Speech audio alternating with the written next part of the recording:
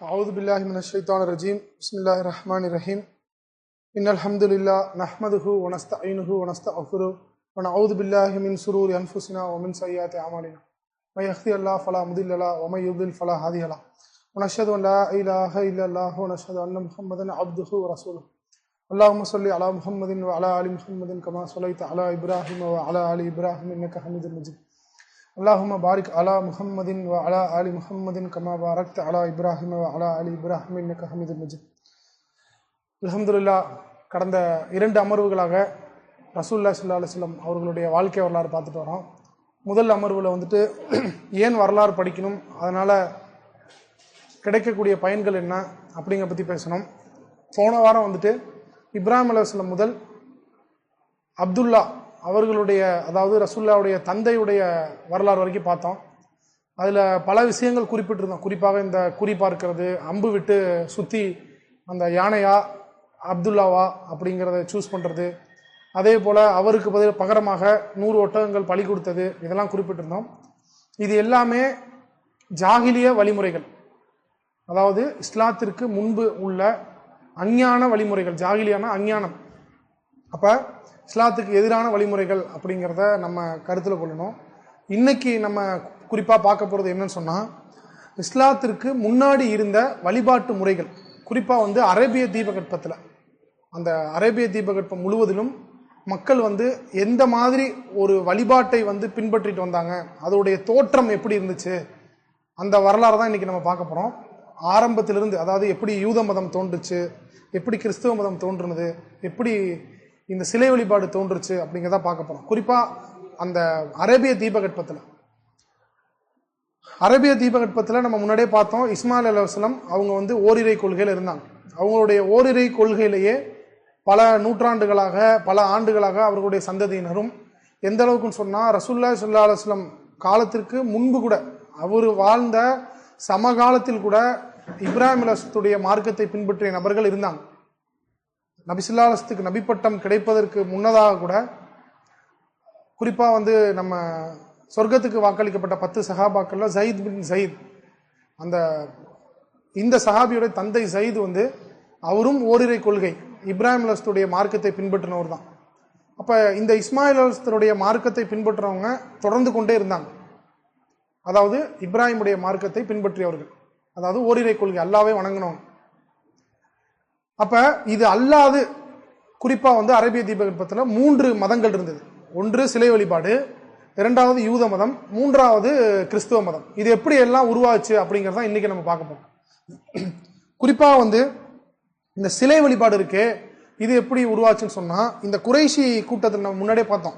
அம்ர் பின் லுஹை குசை போன வகுப்புல பார்த்தோம். இவர் என்ன பண்ணாருன்னு சொன்னா, பொதுவாக குறைஷிகள் சிரியா, அதாவது ஷாம் தேசம் நோக்கி பயணம் போவாங்க. பயணம்னா வியாபார பயணம். ஷாம்னா நம்ம என்னன்னு சொன்னா, இன்னைக்கு அன்றைய ஷாம் அப்படின்னு சொன்னா, இன்றைக்கு சிரியா, பாலஸ்தீன், லெபனான், ஜோர்டான், இந்த 4 உள்ளடக்கியது தான் ஷாம். அப்ப அந்த ஷாம் தேசத்துக்கு அவர்கள் வியாபார குழுக்களாக போயிட்டு வரக்கூடியவங்களா இருந்தாங்க. அப்ப இங்கிருந்து மக்காவிலிருந்து போயிட்டு வந்த இந்த அம்ரு பின் லுஹை குசை இவர் என்ன பண்ணாருன்னு சொன்னா, அங்க சிலைகளை பார்த்தாரு. அந்த மக்கள் ஒரு சிலையை வச்சுக்கிட்டு, மலைக்கு ஒரு கடவுள், கல்யாணத்துக்கு ஒரு கடவுள், வளகாப்பு குழந்தைக்கு ஒரு கடவுள், வெயிலுக்கு ஒரு கடவுள், இந்த மாதிரி கடவுள்களை உருவாக்கி வச்சிருந்தாங்க. இப்போ இவருக்கு அதை பார்த்தோன்னா இம்ப்ரெஸ் ஆயிடுச்சு. இவருக்கு முன்னாடி வரைக்கும் பெரும்பான்மையான மக்கள் மக்காவில் இப்ராஹிம் அலைஹிஸ்ஸலாத்துடைய மார்க்கமாகிய ஓரிரை கொள்கையை தான் பின்பற்றிட்டு வந்தாங்க. இவர் போறாரு, இவர் முக்கியஸ்தர், ரொம்ப முக்கியமான நபர். இவர் என்ன பண்றாரு, இந்த வழிமுறை பார்க்குறாரு. பார்த்துட்டு இந்த ஆளுக்கு பிடிச்சி போச்சு. இந்த ஆளு என்ன பண்றாரு, எனக்கு ஒரு சிலையை கொடுங்க, நான் இதை கொண்டு போய் காபத்துல்லாஹ்ல வைக்கிறேன் அப்படின்னு சொல்லிட்டு, இந்த ஆள் அங்கே இருக்கையிலே மிகப்பெரிய சிலையாகிய ஹுபல் அப்படிங்கிற ஒரு சிலையை கொண்டு மக்கால காபத்துல்லாஹ் பக்கத்தில் வச்சிடறாப்புல. இந்த ஹுபலுக்கு முன்னாடி தான் ரசூலுல்லாஹி ஸல்லல்லாஹு அலைஹி வஸல்லம் அந்த அத்தா, அந்த அம்பு சுத்தப்பட்டுச்சு. போன வரலாறுலேயே நம்ம பார்த்தோம். அப்போ இந்த சிலை எங்கேருந்து வருதுன்னு சொன்னால், இந்த ஷாம்ல இருந்து இந்த அம்ரு இப்னு லுஹை அப்படிங்கிறவர் தான் கொண்டு வராப்புல.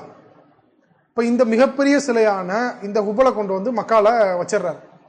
அதுக்கப்புறம் என்ன ஆகுதுன்னு சொன்னா, இவர் அந்த கோத்திரத்துக்கு மிக முக்கியமாக தலைமை தாங்கக்கூடிய ஒரு நபர். இவருடைய வழிமுறையை பார்த்து மக்கள் எல்லாமே சிலை வழிபாடுக்கு கொஞ்சம் கொஞ்சம் கொஞ்சம் கொஞ்சமாக வராங்க. அந்த வழிமுறையை பார்த்துட்டு இவங்களும் மலைக்கு ஒரு கடவுள், கல்யாணத்துக்கு ஒரு கடவுள், குழந்தை பிறக்கிறதுக்கு ஒரு கடவுள், தண்ணிக்கு ஒரு கடவுள், காற்றுக்கு ஒரு கடவுள்னு சொல்லிட்டு மக்காவை சுற்றி பல நூறு சிலைகளை வந்து வடித்து வச்சிடறாங்க. இன்னும் மக்காவிற்கு மக்கள் வந்து ஹஜ்ஜுக்கு வரக்கூடியவங்களா இருந்தாங்க. அப்போ என்ன ஆயிடுச்சு, இந்த சிலையை செதுக்கி இவங்க விற்க ஆரம்பிச்சிட்டாங்க. அது ஒரு அவங்களுக்கு பொருளாதாரத்தையும் தர ஆரம்பிச்சிருச்சு, ஒரு வியாபாரமும் தர ஆரம்பிச்சிருச்சு. அவங்க என்ன பண்ண ஆரம்பிச்சிட்டாங்க, இது ஒரு வியாபார நோக்கிலையும் பார்த்து ஹஜ்ஜுக்கு வரவங்கள்ட்ட இதுதான் வந்து இறைவனுடைய மார்க்கம், நேராக நம்ம வந்து அல்லாஹ்வை அடைய முடியாது, மலைக்கு மழை வேணும்னா இவங்க மூலியமா கேட்டு அவங்கள்ட்ட வாங்கணும், குழந்தை வேணுமா இந்த தெய்வம் மூலியமா இந்த சிலை மூலமா கேட்டு அல்லாட்ட வாங்கணும். அவர்கள் விளங்கி இருந்தாங்க, அல்லாஹ்வை மட்டும்தான் வணங்கணும் அப்படின்னு விளங்கி இருந்தாங்க. ஆனா நம்ம டைரக்டா அப்ரோச் பண்ண முடியாது, இவர்கள்ட்ட கேட்டு அவர்கள்ட்ட கேட்கணும். எந்த அளவுன்னு சொன்னா, ரசூலுல்லாஹி ஸல்லல்லாஹு அலைஹி வஸல்லம் மக்கா வெற்றியின் போது காபத்துல்லாவை இருக்கக்கூடிய சிலைகளை அகற்றும் போது அவர்கள் இப்ராஹிம் அலைஹிஸ்ஸலாத்துக்கும் இஸ்மாயில் அலைஹிஸ்ஸலாத்துக்கும் கூட சிலை செஞ்சு வச்சிருந்தாங்க.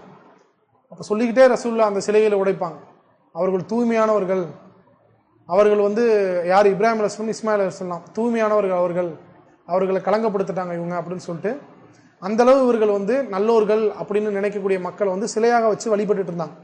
இப்போ இதை ஒரு வியாபாரமும் ஆச்சு, ஹஜ்ஜுக்கு வரக்கூடிய மக்களுக்கு அவங்களுக்கு சிலையை செஞ்சு செஞ்சு கொடுத்து விடுறது. இப்போ இவங்களுக்கு ஒரு பொருளாதார ட்ரேடிங் சென்டராகவும் ஆயிடுச்சு மக்கா, சிலைகளை விற்கிறதுல செஞ்சு விற்கிறது இந்த மாதிரி ஆகிப்போச்சு. அப்போ எந்த அளவுன்னு சொன்னால், இவர்கள் எந்த அளவு இந்த சிலை வழிபாட்டுக்கு உட்பட்டு இருந்தாங்க அப்படிங்கிறதுக்கு ஒரு சிறிய உதாரணம். உமர் ரலியல்லாஹு வந்து இஸ்லாத்தை ஏற்றுக்கொண்ட பிறகு சஹாபாக்களுக்கு மத்தியில் உட்காந்து பேசிட்டு இருக்கும்போது ஒரு சம்பவத்தை குறிப்பிடுறாங்க. சிரிக்கிறாங்க, திரும்ப சிரிச்ச கொஞ்ச நேரத்தில் அழுகுறாங்க.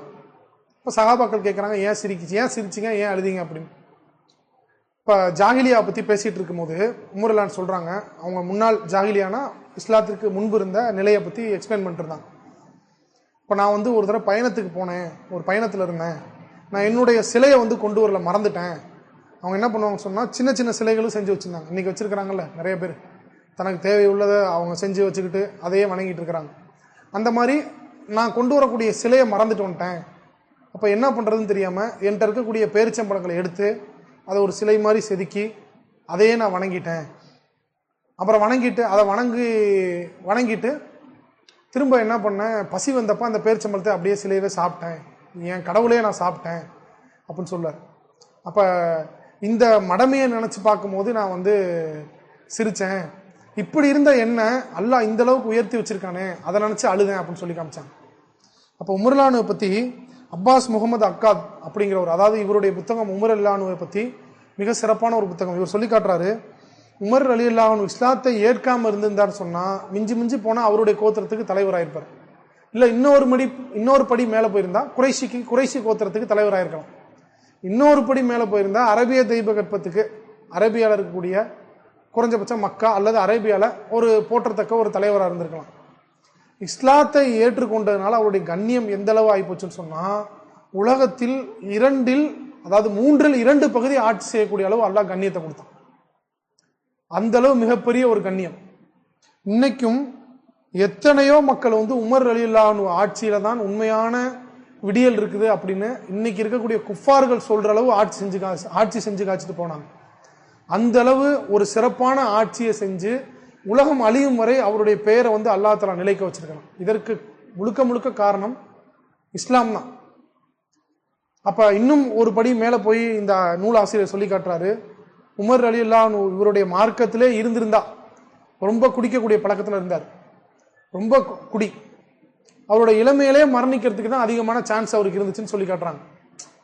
அவர்களை கண்ணியப்படுத்தி உலகம் அழியும் வரை அவரை போற்றத்தக்க அளவுக்கு அல்லாஹ் ஆக்கியிருக்கான்னு சொன்னா, அதற்கு கண்ணியம் அவருக்கு கொடுத்தது காரணம் இஸ்லாம் தான். அதை நம்ம கருத்தில் கொள்ளணும். அப்ப நம்ம இங்க கருத்தில் கொள்ள வேண்டியது சிலை வழிபாடு எப்படி உருவாச்சு அப்படிங்கிறத இங்க பார்க்கணும். பேரிச்சம்பழத்தை உருவாக்கி தனக்கு பசியா இருக்கும் போது அதே பேரிச்சம்பழத்தை சாப்பிட்ற அளவுக்கு மக்கள் மடமையாக இருந்தாங்க. மக்கால எப்பேற்பட்ட ஊரு, இப்ராஹிம் அலைஹிஸ்ஸலாம் அந்த இடத்துல தௌஹீதை நிலைநாட்டிட்டு போன ஊர்.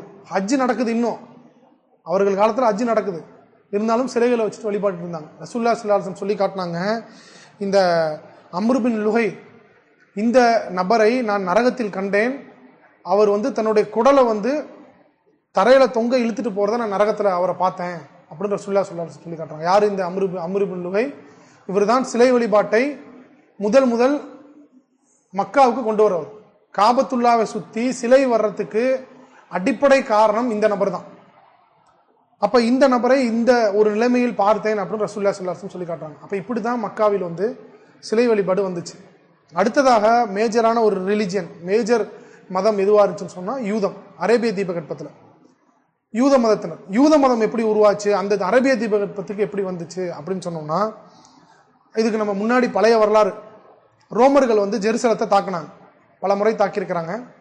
அப்ப ஒரு மிகப்பெரிய தாக்குதல் தொடுக்கும் போது அங்க யூதர்கள் கண்ட்ரோல தான் இருந்துச்சு. யூதர்கள் வந்து எப்ப அல்லாஹ்விற்கு மாற்றம் செய்ய ஆரம்பிச்சாங்களோ, அல்லாஹ் வந்து அவர்களை புக்து நசர் அப்படிங்கிற ஒரு மன்னரை அனுப்பி, பாபிலூத்துல இருந்து அனுப்பி, படையை அனுப்பி அல்லாஹ் சிதறடிச்சான். அதன் பிறகு பல முறை வந்து அந்த நகரம் வந்து தகர்க்கப்பட்டிருக்குது. அப்ப அங்க இருக்கக்கூடிய யூதர்களை அல்லாஹ் வந்து இழிவுபடுத்தி அங்க இருந்து வெளியாக்கணும். இப்போ வெளியாக்கின நபர்கள்லாம் என்ன பண்ணாங்க, தங்களுடைய வேதங்கள்ல வந்துட்டு வாக்களிக்கப்பட்ட பூமி அப்படின்னு சொல்லிட்டு மதீனால வந்து செட்டில் ஆயிட்டாங்க. பெரும்பான்மையான யூதர்கள், வேத அறிவு உள்ள யூதர்கள் வந்து என்ன பண்ணாங்கன்னு சொன்னா, மதீனாவில் வந்து தான் ஒரு தூதர் வருவாரு அப்படின்னு அவங்க வேதத்துல இருக்கிறத வந்து பார்த்துட்டு நாடோடிகளாக அவர்கள் வந்து மதீனால வந்து செட்டில் ஆயிட்டாங்க. சிரமமா இருந்தாலும் அவங்க இருந்தது அருமையான ஒரு ஏரியால இருப்பாங்க. அவங்க இருக்கணும்னா எங்கேயோ போய் தங்கியிருக்கலாம், அருமையான ஏரியால போய் தங்கியிருக்கலாம். ஆனா அவர்கள் எங்களுக்கான நபி இங்க மதீனால வருவாங்க அப்படின்னு வேதங்கள்ல இருக்கக்கூடிய குறிப்பை பார்த்துட்டு மதீனால வந்து செட்டில் ஆயிட்டாங்க. அதே போல மதீனாவில் செட்டில் ஆனதுல மிக முக்கியமான கோத்திரங்கள் எதுன்னு சொன்னா, மிக முக்கிய 3 கோத்திரங்கள் பனு நலீர், பனு கைனுகா, பனு குரைலா. இந்த 3 யூத கோத்திரம் அவர்கள் தான் டாமினன்ட், அதாவது பெரும்பான்மையான கோத்திரத்தினா இருந்தாங்க. அது அல்லாது பல இடங்கள்ல சிதறி கிடந்தாங்க. இப்ப வேத அறிவு உள்ளவங்க இங்கதான் வந்து செட்டிலா இருக்கிறாங்க.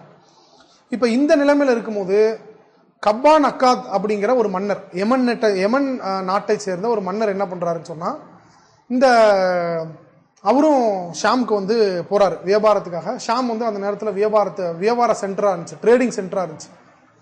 அவரு ஒரு மன்னர் என்ன பண்றாரு, யமனுடைய மன்னர், அவர் வந்து போகும்போது தன்னுடைய மகனை வந்து மதீனாவில் வச்சுட்டு போறாரு. நீ மதீனாவில் இரு, நான் திரும்ப வரும்போது கூப்பிட்டுக்கிறேன் அப்படின்னு சொல்லி போகும்போது இந்த மதீனா மக்கள் என்ன பண்ணிடுறாங்க, அந்த மன்னருடைய மகனை வந்து கொன்னுட்டாங்க. மன்னருடைய ஒரு மன்னரை கொன்ன பிறகு இந்த கப்பான் என்ன பண்றாருன்னு சொன்னா, தன்னுடைய மகனை கொன்னதற்காக ரிவெஞ்ச் எடுக்கணும், பழி வாங்கணும் அப்படின்னு சொல்லிட்டு மதீனாவின் மீது படையெடுத்து வரார். தன்னுடைய படையை கூட்டிட்டு மதீனாவை தாக்க வரும்போது அந்த மதீனாவில் இருக்கக்கூடிய ரப்பாய்கள்லாம் யாரு, யூத மார்க்க அறிஞர்கள். அவர்கள் என்ன சொல்றாங்க, இந்த இடத்தை நீங்க தாக்காதீங்க, ஏன்னா இது வந்து புனிதமான பூமி, வாக்களிக்கப்பட்ட பூமி, இங்க தாக்குனீங்கன்னு சொன்னா உங்களுக்கு தான் பின்விளைவுகள் இருக்கும்.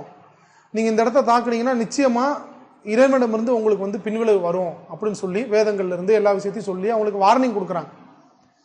அப்ப வார்னிங் கொடுத்த பிறகு அவரும் ஓகே அப்படின்னு சொல்லிட்டு பயந்துட்டு இந்த பூமியை தாக்கணும்னு சொன்னா நமக்கு கேடு வந்துடும் அப்படின்னு சொல்லிட்டு அந்த தாக்குற அந்த ஐடியாவை விட்ட பிறகு இவருக்கு என்ன ஆகுது, இன்னும் டீப்பரா கேட்கிறார். இந்த வேதத்தெல்லாம் வச்சு சொல்லும் போது இந்த சொல்லுங்கன்னு அவங்க மார்க்கத்தை கேட்டு இவருக்கும் அந்த மார்க்கம் பிடிச்சு போச்சு. அந்த யூத மதம் வந்து அவர்களுக்கு பிடிச்சு போய் யூத மதத்தை இவரும் தழுவிடுறார்.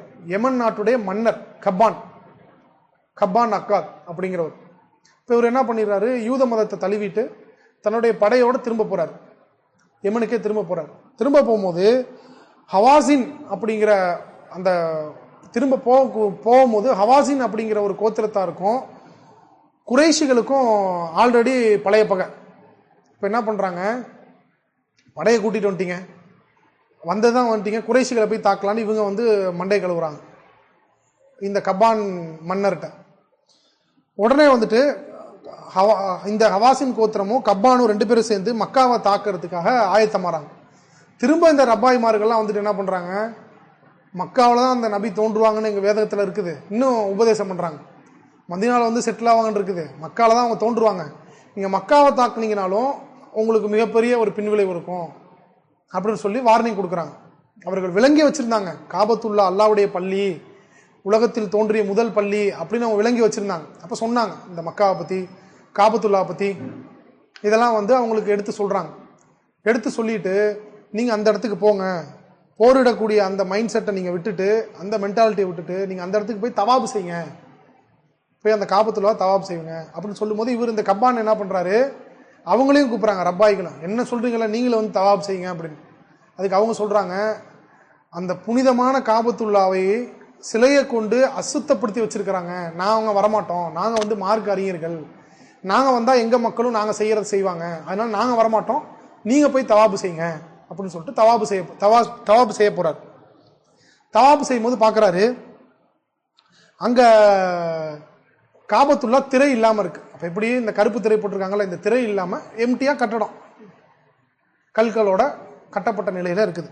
இப்போ இந்த கப்பான் என்ன பண்ணுறாரு, காபத்துல்லாவுக்கு ஒரு திரை போடுவோம், ஒரு திரை சீலை போடுவோம் அப்படின்னு சொல்லிட்டு ஆலோசனை பண்ணி ரப்பாய்மார்கள்ட்ட திரும்ப போய் கேட்குறாரு, நீங்கள் போடுங்க அப்படின்னு சொல்லி காபத்துல்லாவுக்கு துணியை வைத்து மறைக்கக்கூடிய வழிமுறையை கொண்டு வந்தவர் இந்த கப்பான் அக்காத் அப்படிங்கிற இந்த மன்னர் தான்.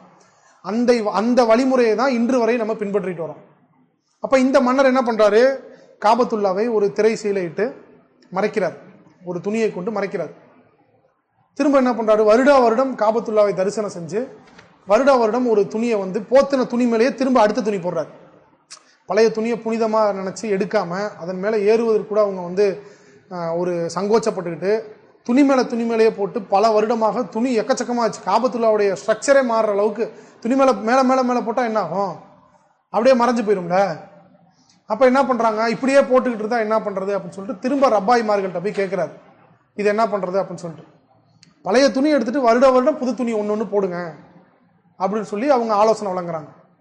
அப்ப அவர்களுடைய ஆலோசனையை கேட்டு இவரும் என்ன பண்றாரு, காபத்துல்லாக்கு இருக்க துணியை பழைய துணியெல்லாம் எடுத்துட்டு வருடம் ஒரு புது துணி, இந்த வருடம் துணி எடுத்து போட்டு புது துணி, அடுத்த வருடம் புது துணி, அடுத்த வருடம் தவாபு செய்ய வரும்போது அவர் வந்து புது துணி போடுறாரு. அப்ப அந்த வழிமுறை தான் இன்றும் பின்பற்றிட்டு வருது. ரசூலுல்லாவும் அந்த பழைய வழிமுறையை தான் பின்பற்றினாங்க, அந்த வழிமுறை தான் இன்றும் பின்பற்றப்பட்டு வருகிறது. எந்த இடத்துல அல்லாவுக்கும் அல்லாவுடைய அதாவது ஏகத்துவத்துக்கு மாற்றமான ஒரு வழிமுறை நடைபெறலையோ, எந்த இடத்துல வந்து தவறாக ஒரு வழிமுறை பின்பற்றலையோ, அரபுகள் முன்னாடி பின்பற்றினாங்களோ அதை ரசூல்லா வந்து கடைபிடிக்க தான் செஞ்சாங்க. எந்த விஷயங்கள் இது போல இப்ப நம்ம முன்னாடி சொன்னால குறிப்பாக்குறது, அம்ப சுத்தி விடுறது, இப்ப இது போன்ற இதே இந்த ஒரு நபருக்கு 100 ஒட்டகம் அப்படிங்கிற அந்த கணக்குமே ரசூல்லாவுடைய காலத்துக்கு முன்பாகவும் இருந்துச்சு. ரசூல்லா காலத்திலையும் வகி வர வரைக்கும் இந்த வழிமுறை பின்பற்றிட்டு தான் இருந்தாங்க. இப்போ இது போல இதுக்கு முன்னால் உள்ள நல்ல விஷயங்களெல்லாம் ரசூலுல்லாஹி ஸல்லல்லாஹு அலைஹி வஸல்லம் பின்பற்றி தான் இருந்தாங்க. அப்ப இந்த வழிமுறை தான் இன்றும் நம்ம வந்து பின்பற்றிட்டு வரோம். அப்ப முதல் காபத்துல்லாவுக்கு துணி போட்டு அந்த வழிமுறையை கொண்டு வந்தவர் இந்த கப்பான் அக்காத் அப்படிங்கிற இந்த யமனை சார்ந்த மன்னர் தான். அப்ப இப்படியே வருடங்கள் ஓடுது. திரும்ப என்ன பண்றாரு, இந்த கப்பான் என்ன பண்றாருன்னு சொன்னா, இந்த ரப்பாய்களை கூட்டிட்டு போய் யமனுக்கு கூட்டிட்டு போய் அவர்களுடைய மக்களை வந்து யூத மதத்துக்கு கூப்பிடுறாரு. அந்த மக்களும் யூதத்துக்கு வந்துடுறாங்க. யமன்ல பெரும்பான்மையான மக்கள் வந்து யூத மதத்துக்கு திரும்ப வந்துடுறாங்க. யூத மதத்துல வந்து யூத மதத்தையே பின்பற்றிட்டு இருக்கிறாங்க. இப்ப இப்படியே யூத மதமும் தொடருது. இப்படிதான் யூத மதம் அரேபிய தீபகற்பத்துக்குள்ள வந்தது. அப்ப பொதுவாக அந்த நேரத்துல உலகத்திலேயே அதிகமாக யூதர்கள் இருந்த இடத்துல முக்கியமான இடம் மதினா, 2வது இடம் கைபர், 3வது இடம் யமன். இதுல நம்ம புரிஞ்சுக்க வேண்டியது இன்னொரு விஷயம் என்ன சொன்னா, இன்றைய யூதர்கள் அவர்கள் வந்து அவங்க மார்க்கத்தை வந்து எத்தி வைக்க மாட்டாங்க, அவங்களுடைய மதத்தை வந்து எத்தி வைக்க மாட்டாங்க. இப்ப எப்படி ஒரு நபர் வந்து ஒரு மதத்திலிருந்து கிறிஸ்தவத்துக்கு மாறணும் அப்படின்னா இன்னைக்கு மாறலாம். ஒரு நபர் இன்னொரு மதத்துல இருந்து இந்துவுக்கு மாறணும்னா மாறலாம். ஆனா யூத மதத்துல மட்டும் இன்னைக்கு ஒரு நபரை வந்து யூதரா அக்செப்ட் பண்ணிக்கவே மாட்டாங்க. அது எப்பேற்பட்ட ஆளா இருந்தாலும் சரி, பிறவிலேயே யூதரா இருந்தால் மட்டும்தான் அவங்க ஏத்துக்குவாங்க. இது போல இல்லை அந்த காலத்துல யூத மதத்துக்கும் அழைப்பு பணி நடந்துச்சு. மக்கள் அந்த நேரத்துல யூத மதத்தையும் தழுவுனாங்க, பல மக்கள் தழுவுனாங்க. இப்ப இந்த 3 இடங்கள்ல தான் வந்து வாழ்ந்துட்டு இருக்கிறாங்க. இப்ப நம்ம குறிப்பா நம்ம நினைவுல வச்சுக்க வேண்டியது, யமன்ல மக்கள் யூதர்களா மாறிட்டாங்க. ஏன்னா கிறிஸ்தவர்களுடைய வரலாறு பார்க்கும்போது யமன்ல தான் நம்ம மெயினா பார்ப்போம். அப்ப யூத மதம் இப்படிதான் அரேபிய தீபகற்பத்துக்குள்ள உருவானுச்சு. முக்கியமான நபர் இந்த கப்பான், யமன்ல உருவாறதுக்கு காரணம் இந்த கப்பான் அக்காத். இப்ப இதுதான் வந்து யூத மதம் அரேபிய தீபகற்பத்துக்குள்ள எப்படி வந்துச்சு அப்படிங்கிறதுக்கு ஒரு சுருக்கமான வரலாறு. அடுத்ததாக கிறிஸ்தவம். கிறிஸ்தவம் வந்து எப்படி அரேபிய தீபகற்பத்துக்குள்ள வந்துச்சு அப்படின்னு பார்த்தோம்னு சொன்னா, நமக்கு முன்னாடியே தெரியும், ஈசா அலைஹிஸ்ஸலாம் உயர்த்தப்பட்ட பிறகு ஒவ்வொருத்தரும் ஒவ்வொரு மாதிரி பிரிஞ்சுட்டாங்க. ஒருத்தர் என்ன பண்ணாங்க, ஈசா அலைஹிஸ்ஸலத்தை நபி அப்படி ஏற்று உண்மையான தௌஹீதுல இருந்தாங்க. இன்னொரு கூட்டம் என்ன பண்ணாங்க, ஈசா அலைஹிஸ்ஸலத்தை வந்து இறைவனுடைய மகன் அப்படின்னு சொல்லி ஏற்றுக்கொண்டு திருத்துவத்தை உருவாக்குனாங்க. இன்னொரு கூட்டம் என்னாச்சு, மரியம் அலைஹிஸ்ஸலத்தையும் கடவுளாக்கிருச்சு. இது போல பல பிரிவுகள். அதை பத்தி பேசணும்னா 2 மணி நேரம் பேசினாலும் பத்தாது, கிறிஸ்துவ பிரிவுகள் எடுத்து பேசணும்.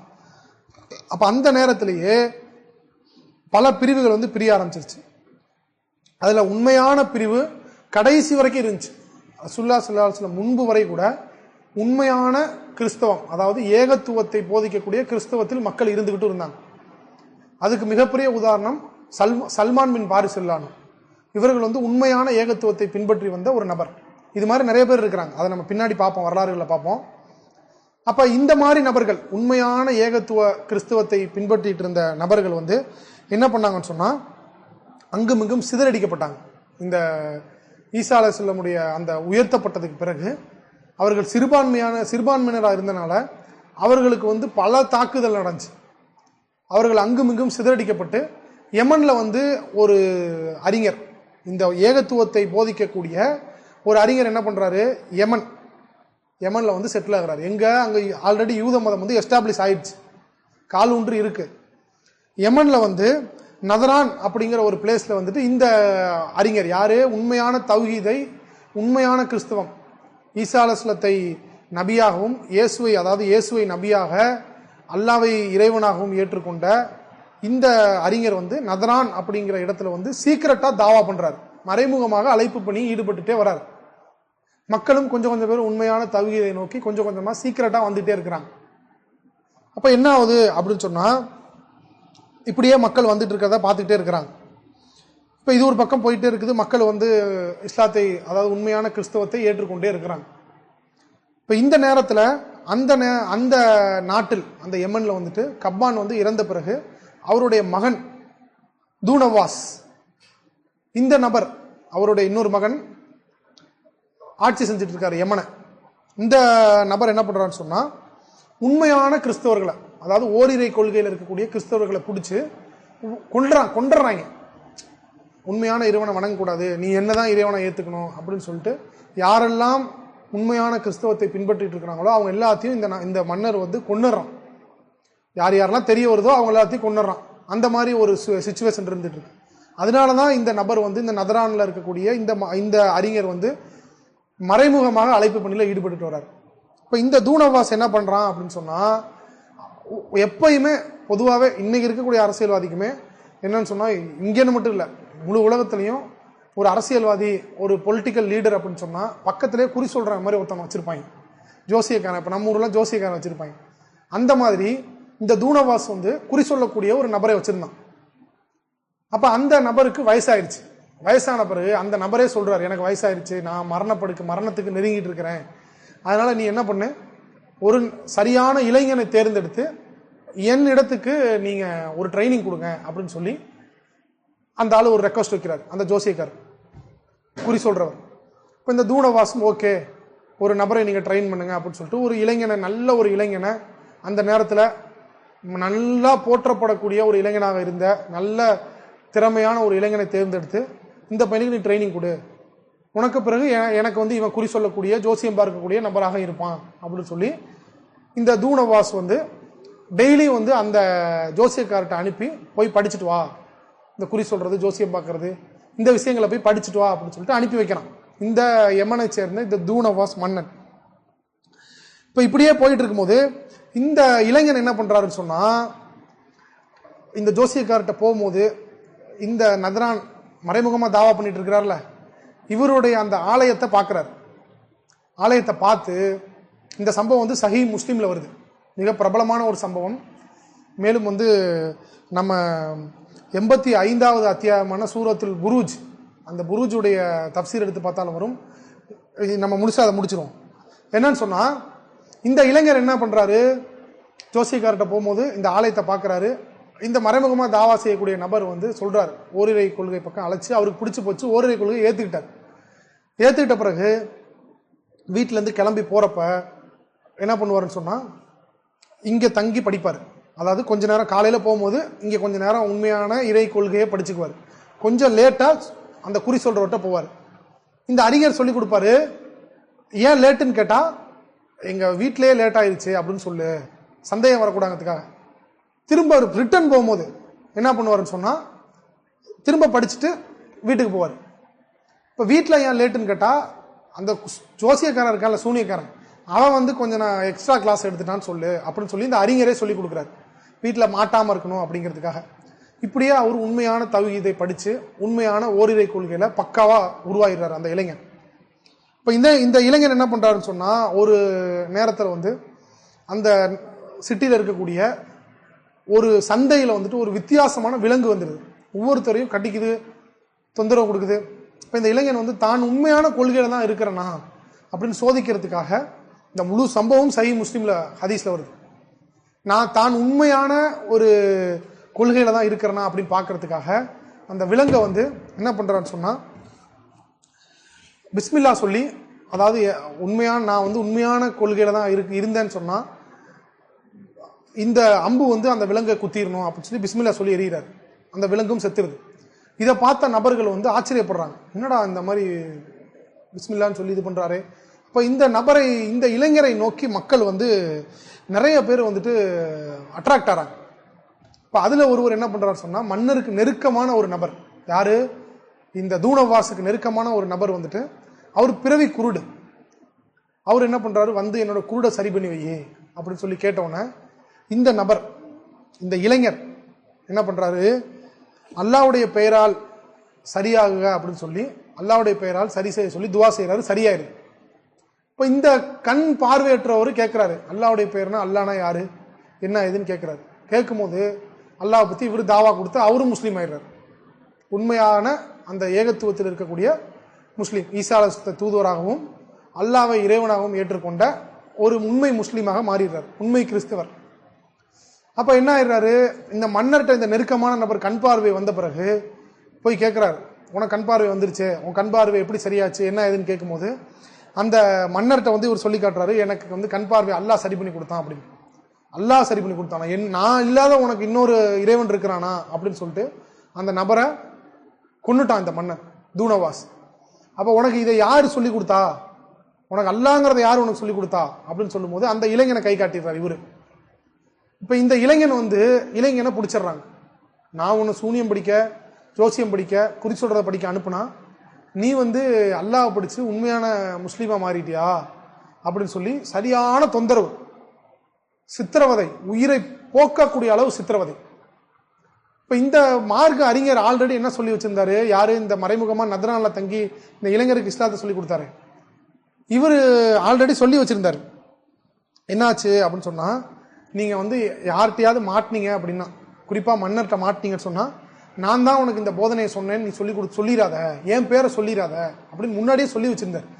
பயத்தினால கிடையாது, ஏன்னா அவரே ஒரு அறிஞர் மறைமுகமா பண்ணிட்டு இருக்காரு, தானும் இறந்துட்டா இந்த மார்க்கம் பரவுறது வந்து குறைஞ்சிருமே அப்படின்னு அந்த ஒரு எண்ணத்துல வந்துட்டு இதை மக்கள்கிட்ட வந்து அந்த மன்னர் வந்து கேட்டான்னு சொன்னா, நீங்க வந்து சொல்லிடாத, என் பேரை சொல்லிடாத அப்படின்னு சொல்லி வச்சிருந்தாரு. ஆனா இந்த இளைஞர் என்ன பண்ணிட்டாரு, அடி தாங்க முடியாம அந்த அறிஞரை வந்து சொல்லிட்டாரு, அறிஞருடைய பெயரை.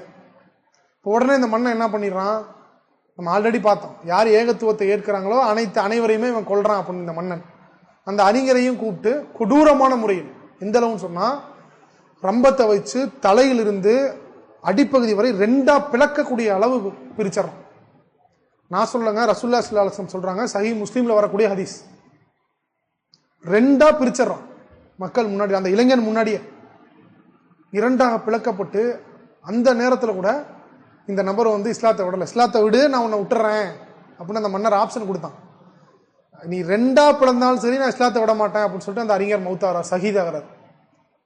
அப்ப அதன் பிறகு இந்த இளைஞனையும் சும்மா விடுவானா அந்த மன்னன், இளைஞனையும் கொல்லணும் அப்படின்னு சொல்லிட்டு, அதுவும் இந்த இளைஞனை வித்தியாசமான முறையில் கொல்லணும், மக்கள் அனைவருக்கும் இது ஒரு படிப்பினை ஆகணும், என்னை கடவுள் இல்லாது வேற ஒருத்தவங்களை கடவுளா ஏத்துக்கிட்டா அவர்கள் இப்படிதான் கொல்லப்படுவாங்க அப்படின்னு இது ஒரு பாடமாக இருக்கணும் அப்படின்னு சொல்லிட்டு இந்த மன்னர் என்ன பண்ணான்னு சொன்னா மலை மேல கொண்டு போய் ஒரு படையை அனுப்பி மலை மேல கொண்டு போய் இந்த இளைஞனை போய் கீழே போடுங்க அப்படின்னு சொல்லி ஒரு குழு அனுப்புறான்.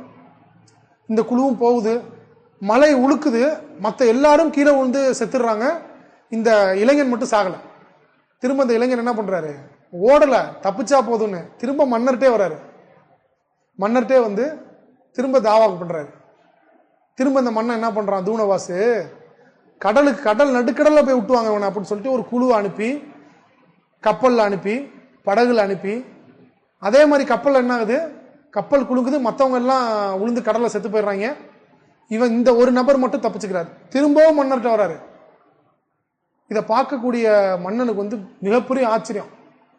எது பண்ணாலும் என்னடா இந்த மாதிரி ஆச்சரியமா நடக்குது அப்படின்னு சொல்லிட்டு வியந்து போய் இருக்கிற நேரத்துல இந்த இளைஞர், இந்த நபரே சொல்றாரு, நான் சொல்ற மாதிரி பண்ணாதான் நீ என்ன கொல்ல முடியும், இல்லைன்னா நீங்க என்ன கொலை பண்ண முடியாது அப்படின்னு சொல்லி தன்னுடைய மரணத்துக்கு இவரே வந்து பாயிண்ட் எடுத்து கொடுக்குறாரு.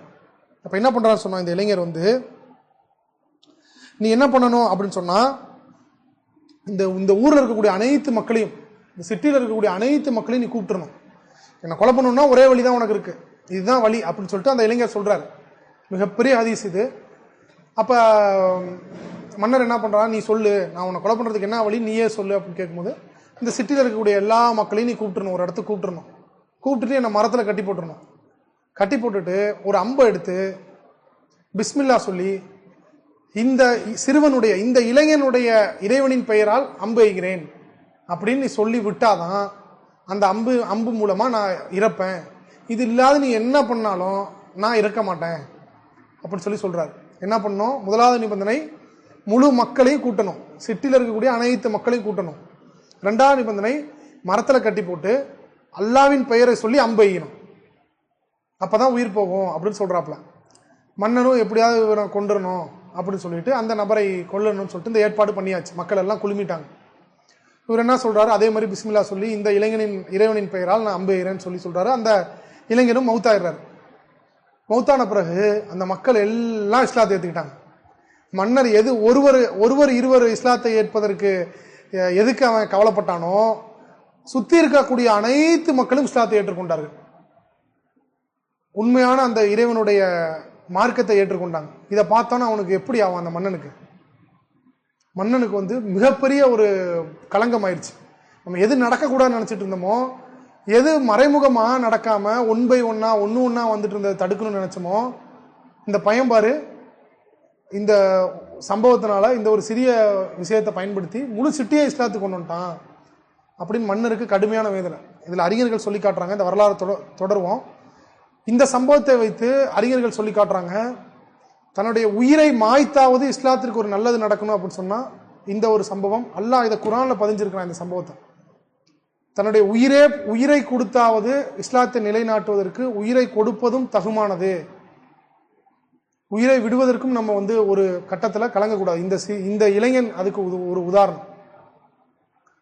அப்ப இந்த தாக்குதலை பார்த்து நபர்கள் எல்லாமே இஸ்லாத்துக்கு வந்துடுறாங்க. இந்த மன்னன் சும்மா விடுறானா, அந்த நபர்கள் எல்லாத்தையும் தீக்குண்டத்தில் போடணும் அப்படின்னு சொல்லிட்டு ஏற்பாடு பண்றான். பல்லாயிரக்கணக்கான மக்களை ஒரு தீக்குண்டத்தை எழுப்பி ஒரு பள்ளம் நோண்டி விறகுகளை சேகரித்து அனைத்து மக்களையும் நெருப்புல வந்து போடுறான்.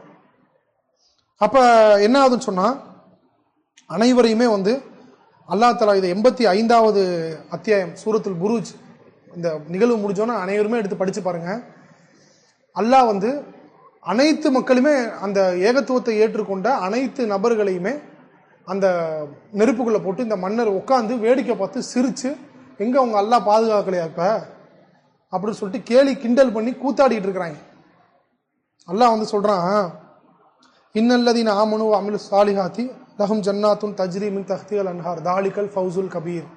அதாவது 85வது அத்தியாயத்துல 16வது வசனம் என்ன சொல்றான் அல்லாஹ், எவர்கள் ஈமான் கொண்டு சாலியான நல்லமல்கள் செய்கிறார்களோ அவர்களுக்கு சோலைகள் உண்டு, அவற்றின் கீழ் நதிகள் ஓடிக்கொண்டிருக்கும், அதுவே மாபெரும் பாக்கியமாகும்னு சொல்லி இந்த நபர்கள் யாரு, இஸ்லாத்தை ஏற்றதற்காக, உண்மையான இறைவனை ஏற்றதற்காக நெருப்புக்குழியில விழுந்தாங்களே அவர்கள் வெற்றி அடைஞ்சிட்டாங்கன்னு அல்லாஹ் சொல்றான். நமக்கு வெளிப்பார்வையிலிருந்து பார்த்தா தோல்வி தானே இது. அந்த மன்னனுடைய பார்வையிலிருந்து பார்த்தா அது தோல்வி தானே. போன உடனே 85வது அத்தியாயத்தை எல்லாருமே படிச்சு பாருங்க. முழுக்க முழுக்க இந்த சம்பவத்தை தான் அல்லாஹ் சொல்லியிருப்பான். முடிஞ்சா தஃப்சீரோட படிச்சு பாருங்க. அப்ப இந்த நெருப்பு குண்டத்தில் நடக்கக்கூடிய இந்த நிகழ்வுகளை அல்லாஹ் தெள்ள தெளிவா அந்த சூறால சொல்லியிருப்பான். இப்ப இந்த நபர்களை அல்லாஹ் வெற்றி அடைஞ்சிட்டாங்க, சொர்க்கம் இருக்குங்கிறான், வெற்றியாளர்கள் குறிப்பிடுறான்.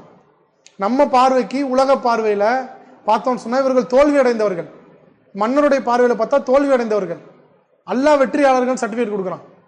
அப்ப இந்த உலக பார்வையை கொண்டு வெற்றி தோல்வி கிடையாது. அம்சார் இல்லானோ அவர்களை இந்த உலக பார்வையை வச்சு பார்த்தா வெற்றியா தோல்வியா?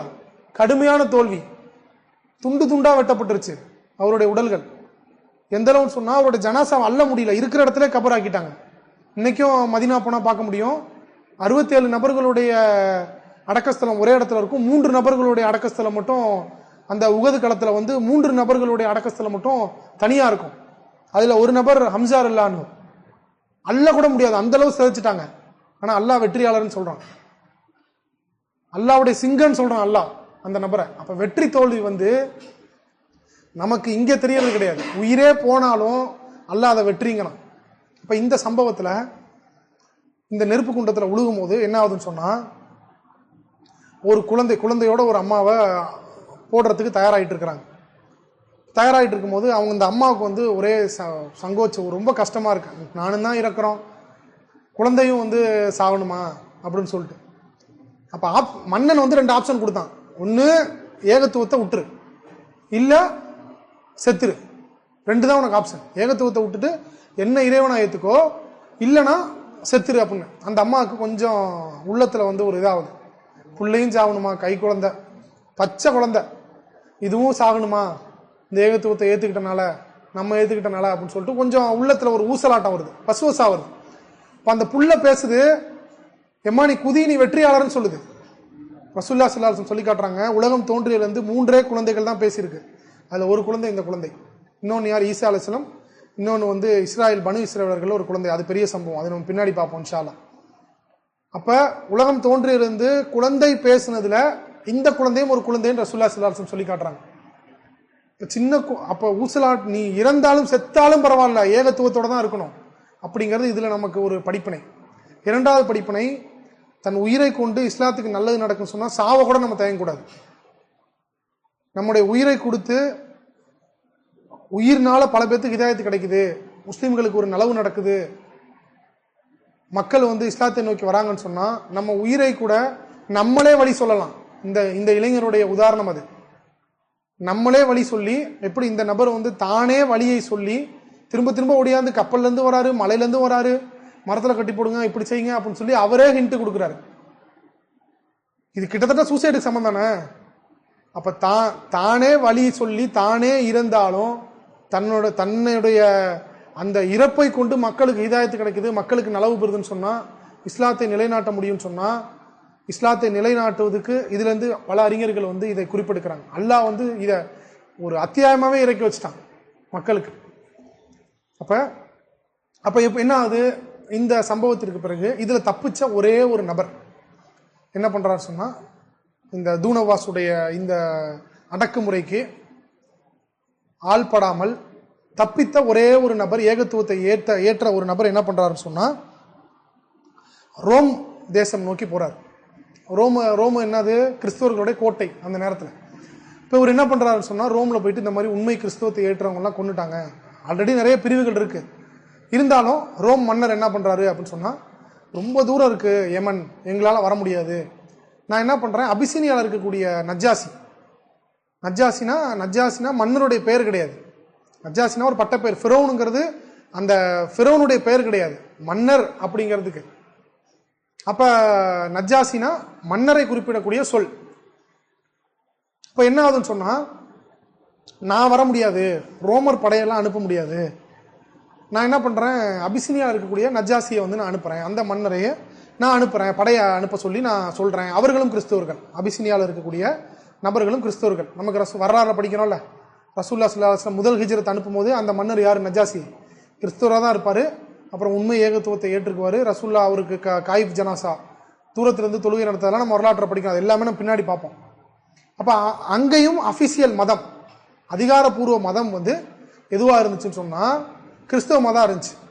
அவர்களிடத்துல பிரிவுகள் இருந்தாலும் நீ இத்தனை பேர்த்த கொண்டுட்டியே அப்படின்னு சொல்லி ஆதங்கப்பட்டு இவங்க என்ன பண்ணுறாங்க, படை அனுப்புகிறாங்க. இந்த நஜ்ஜாசி என்ன பண்ணுறாரு சொன்னால் படை அனுப்பி அங்கே இருக்கக்கூடிய இந்த தூணவாசுக்கு எதிராக அந்த மக்கள், அந்த படை யார் யாரெல்லாம் இந்த அடக்குமுறை பண்ணாங்களோ இவர்கள் அனைவரையும் அடித்து கொள்றாரு நஜ்ஜாசியுடைய படை. தூணவாஸ் என்ன பண்ணிக்கிறான், தற்கொலை பண்ணிக்கிறான். தற்கொலை பண்ணிட்டு செத்து போயிடறான். இனிமேட்டு நம்ம தாங்க முடியாது அப்படின்னு சொல்லிட்டு தற்கொலை பண்ணிட்டு செத்து போயிடறான்.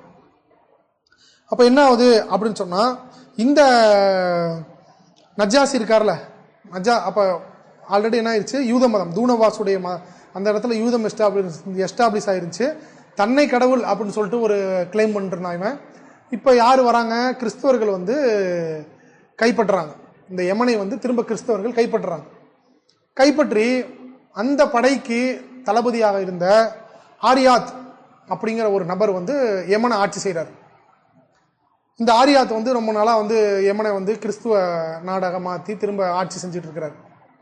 கிறிஸ்துவ போதனைகள் கொடுத்து ஆட்சி செஞ்சுட்டு இருக்கிறார். ஆனால் பல பிரிவுகள் இருக்கு. முன்னாடி சொன்ன மாதிரி அவர்களை கடவுளாக ஏற்றுக்கொள்ளக்கூடிய, மரியமலை கடவுளாக ஏற்றுக்கொள்ளக்கூடிய அந்த பிரிவுகள் இருந்துகிட்டே தான் இருக்கு.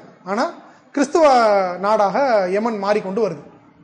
இப்போ இப்படியே போயிட்டு இருக்கும்போது ஆரியாத் அப்படிங்கிற இந்த மன்னருக்கும் அப்ரஹாங்கிறவும் கிறிஸ்துவன், இவங்க ரெண்டு பேர்த்தும் குரூப்பிசம், இந்த கிறிஸ்தவர்கள் மத்தியிலே குரூப்பிசம் வருது. இவங்க ரெண்டு பேருமே இந்த படையில இருந்தவங்க தான்.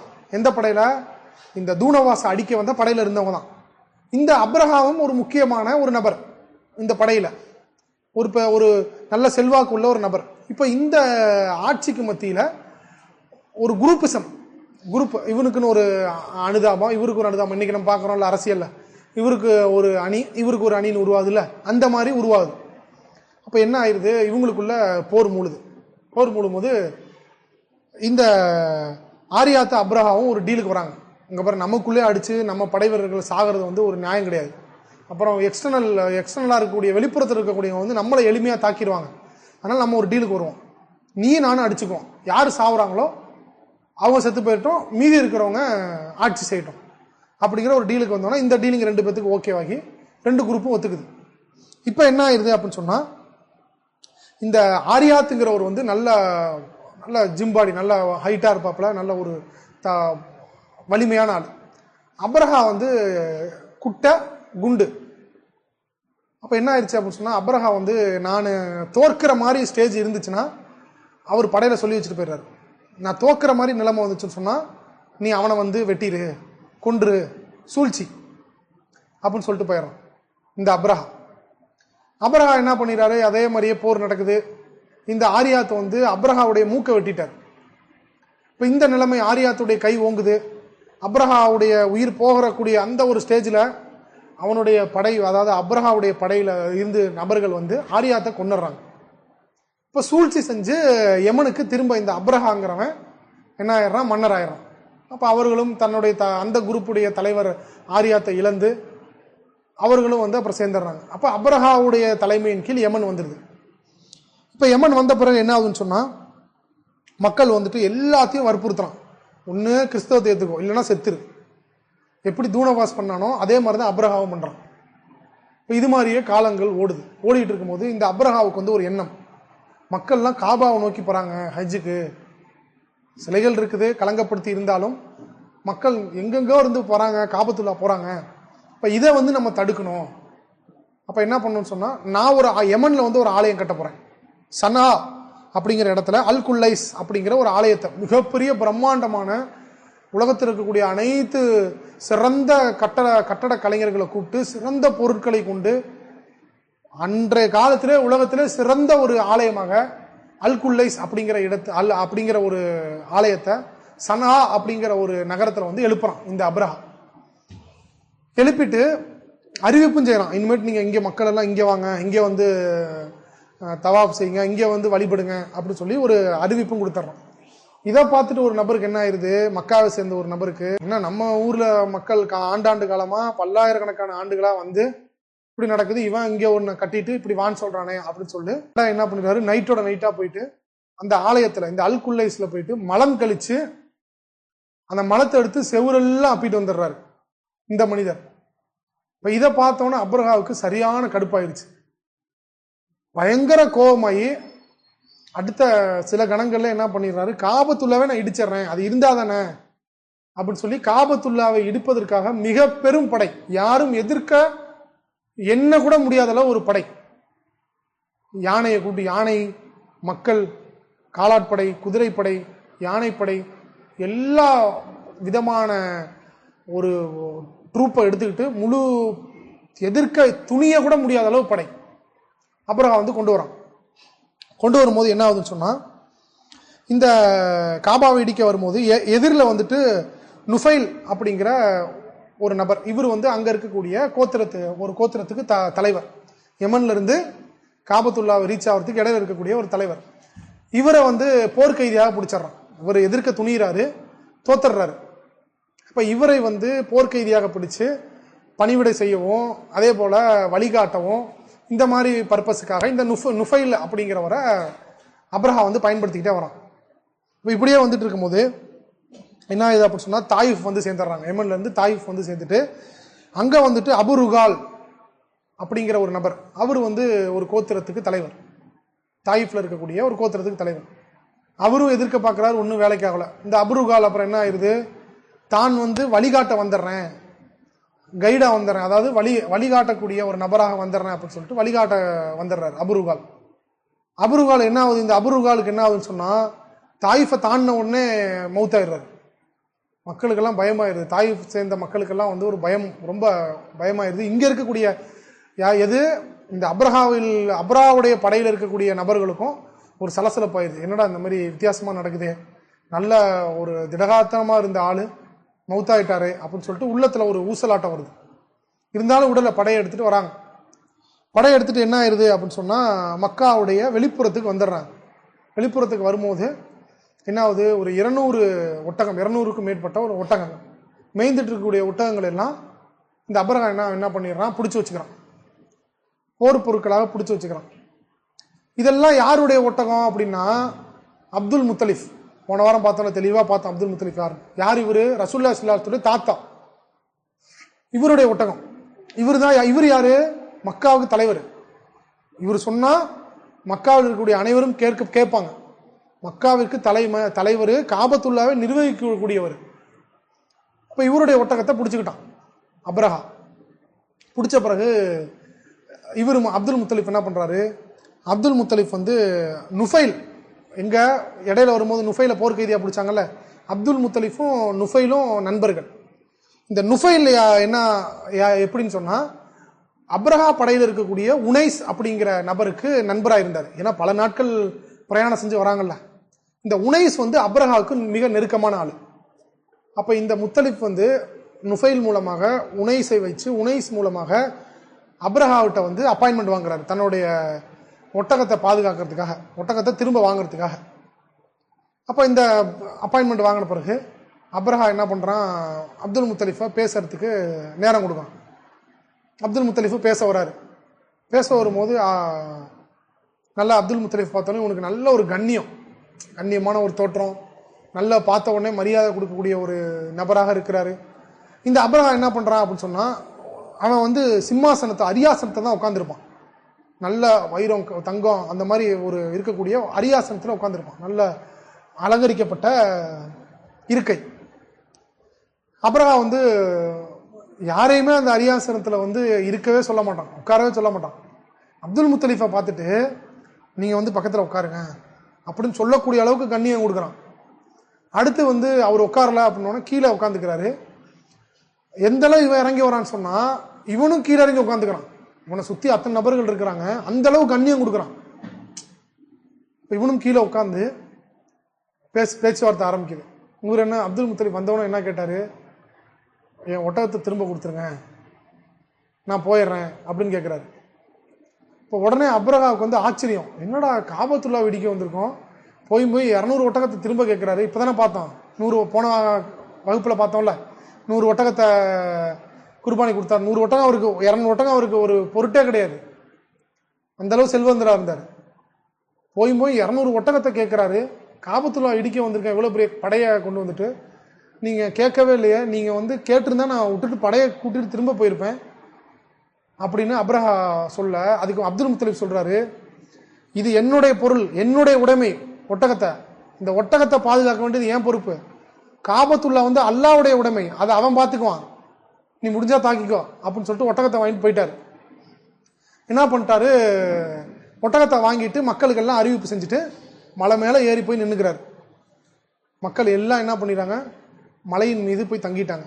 ஏன்னா இவன் படை தான் அநியாயம் பண்ணுமே வந்து, மக்கள் தன்னுடைய உயிரை காப்பாற்றிக்கிறதுக்காக காபத்துல்லா இடிச்சுக்கிட்டோம், நீ இடிச்சு முடிச்ச பிறகு நாங்கள் திரும்ப வந்துக்கிறோம் அப்படின்னு சொல்லிட்டு மலையின் மீது போய் தஞ்சம் புக ஆரம்பிச்சிட்டாங்க.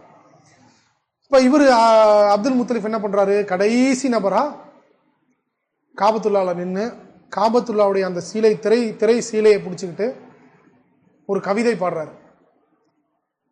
இந்த காபத்துல்லா பாதுகாத்துரு, இந்த நகரத்தை பாதுகாத்துரு அப்படின்னு சொல்லிட்டு அல்லாட்ட துவாவாக ஒரு கவிதை பாடுறாரு. கவிதை பாடிட்டு இவரும் கிளம்பிடுறாரு.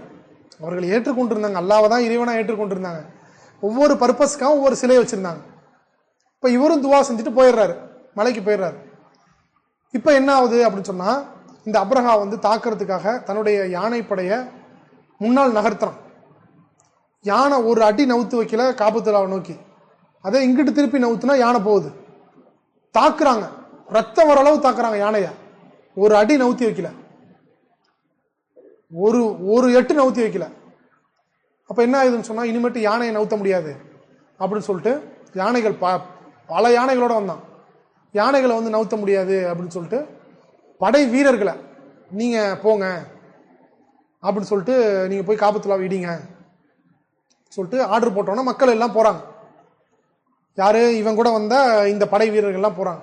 அப்ப அல்லாஹ் என்ன பண்றான், பறவை அனுப்பி சுட்ட கற்கள், அதோடைய அழகு, அதாவது வாயில ஒரு கல், 2 கால்கள்ல 2 கற்கள், மொத்தம் 3 கற்கள், சுட்ட கற்கள். அதாவது அது பட்டுச்சுன்னு சொன்னா அந்த இடம் பொசுங்கி கல் அடுத்த இடத்துல வரக்கூடிய அளவு பவர்ஃபுல்லான கல். அவர்கள் எந்த அளவுன்னு சொன்னா வக்கோல் மாதிரி ஆயிட்டாங்க. அப்படியே உடலெல்லாம் அப்படியே அந்த கல் படக்கூடிய நபர்கள் எல்லாம் மாடு தின்னு போட்ட வக்கோல் மாதிரி ஆயிட்டாங்க. வரலாற்றுகளை பதிவு செஞ்சிருக்கிறாங்க. அந்த அளவு அந்த படையில் இருக்கக்கூடிய அனைவரையும் அல்லாஹ் அடிச்சு ஒழிச்சு கட்டணும்.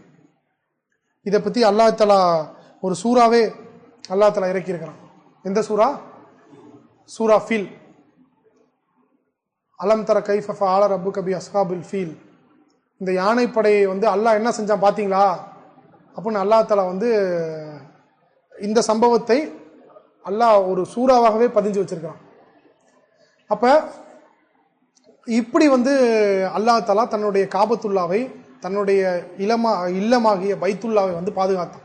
இப்ப இந்த சம்பவத்துக்கு பிறகு அங்க இருக்கக்கூடிய அனைத்து அரேபிய தீபகற்பத்தும் இது ஒரு மிகப்பெரிய சம்பவம் ஆயிடுச்சு, மிகப்பெரிய ஒரு ரிமார்க் ஆயிடுச்சு. என்னடா இவ்வளவு பெரிய, என்னடா ஒரு பறவை வருது கல்ல தூக்கிட்டு வந்து இப்பேற்பட்ட மன்னரை வந்து ஒண்ணும் இல்லாம ஆக்கிருச்சு அப்படின்னு சொல்லி மக்கள் இன்னும் நிறைய பேர் காபத்துல்லாவை நோக்கி வர ஆரம்பிச்சிட்டாங்க. அப்ப இந்த ஆண்டில் தான் ரசூலுல்லாஹி ஸல்லல்லாஹு அலைஹி வஸல்லம் பிறக்கிறாங்க. யானை ஆண்டு, இந்த ஆண்டுடைய பெயர் யானை ஆண்டு. அந்த நேரத்தில் எப்படின்னு சொன்னா, இந்த ஹிஜ்ரி 1444 1422 அப்படிலாம் கிடையாது. ஒரு மிகப்பெரிய சம்பவம் நடக்குதுன்னு சொன்னா அந்த சம்பவத்தை ரெஃபரன்ஸா வச்சுதான் ஆண்டு குறிப்பிடுவாங்க. மாதங்கள் இருக்கும். அல்லாஹ் குர்ஆன்ல சொல்ற மாதிரி உலகம் தோன்றியிலிருந்து மாதங்கள் 12 தான். வருடங்களை எப்படி குறிப்பிடுவாங்கன்னு சொன்னா யானை ஆண்டு, நிலா ஆண்டு. நிலா ஆண்டுனா ரசூலுல்லாஹி ஸல்லல்லாஹு அலைஹி வஸல்லம் நிலா 2ஆ பிளந்தாங்கல்ல, இன்னைக்கும் சைனாவுடைய சில வரலாற்று குறிப்புகள்ல நிலா பிளந்த ஆண்டுன்னு அவர்கள் குறிப்பிட்டு வச்சிருக்கிறாங்க.